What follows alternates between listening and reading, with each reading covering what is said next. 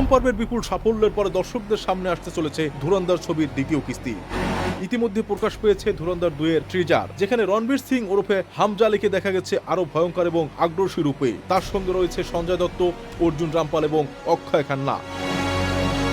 তবে ট্রিজার মুক্তির উন্মোদনার মাঝেই বড় আইনি জটিলতায় জড়িয়ে পড়েছে ছবির গোটা টিম। গত 30 জানুয়ারি থেকে দক্ষিণ মুম্বাইয়ের ফোর্ট এলাকায় শুরু হয়েছিল ছবিটির দ্বিতীয় ভাগের শুটিং। পাকিস্তানের লিয়েরি শহরের আদলে সাজানো হয়েছে ওই এলাকা, কিন্তু শুটিং চলাকালীন বিনা অনুমতিতে ড্রোন ব্যবহার করার অভিযোগে নির্মাতা আদিত্য ধরের টিমের বিরুদ্ধে মামলা করেছে মুম্বাই পুলিশ।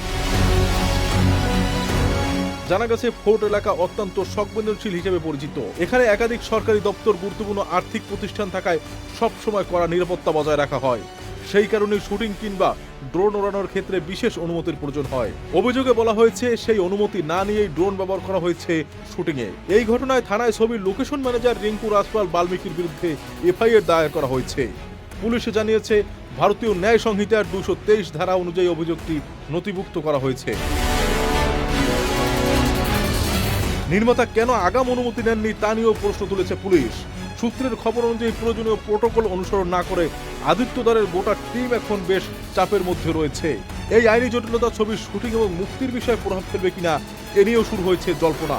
তবে সবকিছু ঠিকঠাক থাকলে ধুরন্ধর দ্য রিভেঞ্জ মুক্তি পাবে আগামী 19 March. Mithun Raj, channel I. ये नया हिंदुस्तान है, ये घर में घुसेगा भी और मारेगा।